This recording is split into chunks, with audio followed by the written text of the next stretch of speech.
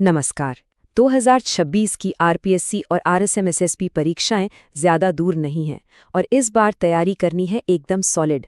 तो आइए अगले कुछ ही मिनटों में उन सभी ज़रूरी सामान्य ज्ञान के पॉइंट्स को डिकोड करते हैं जो सीधे एग्जाम हॉल में काम आने वाले हैं। तो शुरुआत करते हैं एक बिल्कुल एग्जाम स्टाइल सवाल से। इस पर ज़रा ध्यान दीजिए। इसका जवाब क्या हो सकता है? ये सवाल एक तरह से हमें डायरेक्शन देगा कि हमें किस तरह की जानकारी पर फोकस करना है। तो सबसे पहले फोकस होगा अपने राजस्थान पर। देखिए, एग्जाम स्टेट का है तो जाहिर सी बात है यहाँ के अपडेट सबसे ज्यादा जरूरी हैं। और हाँ, जो सवाल अभी पूछा था उसका जवाब भी इसी सेक्शन में है। और जवाब है यज्ञपुर। जी हाँ, भीलवाड़ा का जहाजपुर अब बन गया है यज्ञपुर। अच्छा, अब बाकी दो को कैसे याद रखें? एक सिंपल सी ट्रिक है। सोचिए, माउंट आबू पर करना है राज तो हो गया आबूराज, और भरतपुर का कामा पुराने जमाने में एक पवित्र वन जैसा था तो वो बन गया कामावन। यज्ञपुर, आबूराज, कामावन, ये तीनों नाम बिल्कुल दिमाग में फिट कर लेने हैं।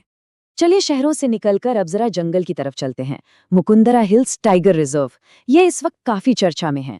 सवाल उठता है क्यों? क्योंकि 28 फरवरी 2026 को बांधवगढ़ से एक बाघिन को यहाँ लाया गया है। और ये एक बहुत बड़ी खबर है। ऐसा इसलिए क्योंकि ये न सिर्फ बाघों की आबादी बढ़ाता है बल्कि जेनेटिक डाइवर्सिटी को भी मजबूत करता है, और ये इन बाघों के भविष्य के लिए बहुत जरूरी है। अच्छा, अब आते हैं शासन प्रशासन पर। तो पेश है राजस्थान का अपना थिंक टैंक RITI।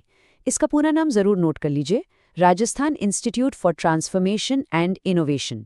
एक बार फिर से, Rajasthan institute for transformation and innovation. इसने मुख्यमंत्री की आर्थिक सुधार सलाहकार परिषद को रिप्लेस किया है, तो समझ सकते हैं कि ये काफी बड़ा और महत्वपूर्ण बदलाव है। तो राज्य के इस थिंक टैंक रीति से अब सीधे चलते हैं देश के सबसे बड़े पॉलिसी ब्रेन की तरफ, यानी नीति आयोग। देखा कैसे हम राज्य स्तर से सीधे राष्ट्रीय स्तर पर आ गए। नीति आयोग, जो 1 जनवरी 2015 को योजना आयोग की जगह लाया गया था, इसका फंडा बिल्कुल अलग है, बॉटम अप अप्रोच। अब इसका मतलब क्या है? देखिए, पहले क्या होता था, दिल्ली से प्लान बनकर राज्यों पर आ जाता था, लेकिन अब राज्यों और जमीनी स्तर से आइडिया ऊपर यानी दिल्ली तक जाते हैं और फिर पॉलिसी बनती है। मतलब एक ऐसी पॉलिसी जो जमीन से जुड़ी हुई हो। अच्छा, अब इसकी लीडरशिप को याद करना ना बहुत आसान है। अध्यक्ष तो हमेशा प्रधानमंत्री होते हैं, इसमें कोई कंफ्यूजन नहीं। बाकी दो नाम, सुमन बेरी जो उपाध्यक्ष हैं और BVR सुब्रमण्यम जो CEO हैं, इनको याद रखने के लिए SBS सोचा जा सकता है। सुमन BVR सुब्रमण्यम, SBS है ना, सिंपल। राष्ट्रीय स्तर पर अगला बड़ा इवेंट वो है भारत की पहली डिजिटल जनगणना। हाँ, बिल्कुल सही सुना, 1 अप्रैल 2026 से शुरू हो रही है। इसका सबसे बड़ा फायदा क्या होगा? सोचने वाली बात है। डेटा बहुत तेजी से प्रोसेस होगा, गलतियां कम होंगी और देश के लिए योजना बनाने के लिए हमारे पास बिल्कुल अप टू डेट जानकारी होगी। तो सवाल है, ये होगा कैसे? इसके लिए हैं 4 पावरफुल टूल्स। पहला, वेब ऐप जिससे सारा डेटा मैनेज होगा। दूसरा, मोबाइल ऐप जिससे कर्मचारी फील्ड में डेटा कलेक्ट करेंगे। तीसरा, स्वगणना पोर्टल, इससे लोग खुद अपनी जानकारी भर सकेंगे। कितना आसान हो जाएगा। और चौथा है CMMS यानी census management and monitoring system, जिससे रियल टाइम में प्रोग्रेस ट्रैक की जा सकेगी। तो देखिए, देश की योजना और डेटा को सुरक्षित रखना हो या फिर देश की सीमाओं को, ये दोनों ही राष्ट्रीय प्राथमिकताएं हैं।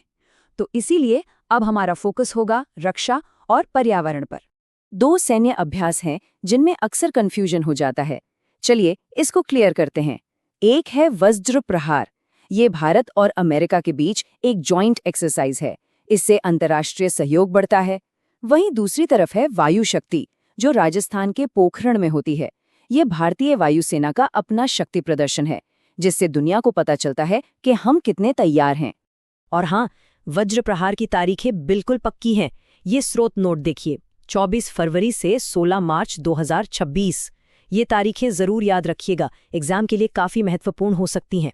देश की सीमाओं से आगे बढ़कर अब देखते हैं कि ग्लोबल स्टेज पर यानी दुनिया के मंच पर भारत की क्या पहचान बन रही है।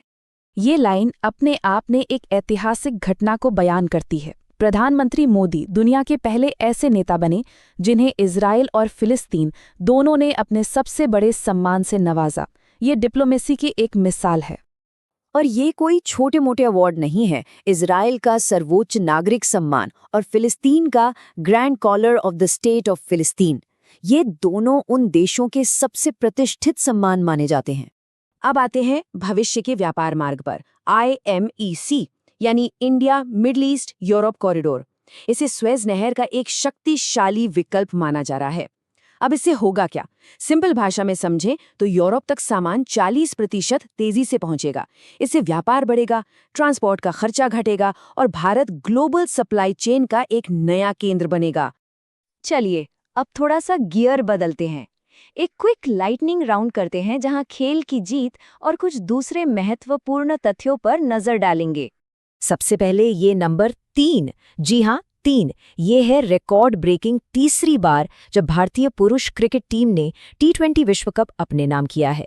एक नया इतिहास लिखा गया है। और इस जीत को और भी खास बना दिया इस बात ने कि फाइनल मैच अहमदाबाद के मोदी स्टेडियम में हुआ था। मतलब अपने ही घर में एक यादगार जीत।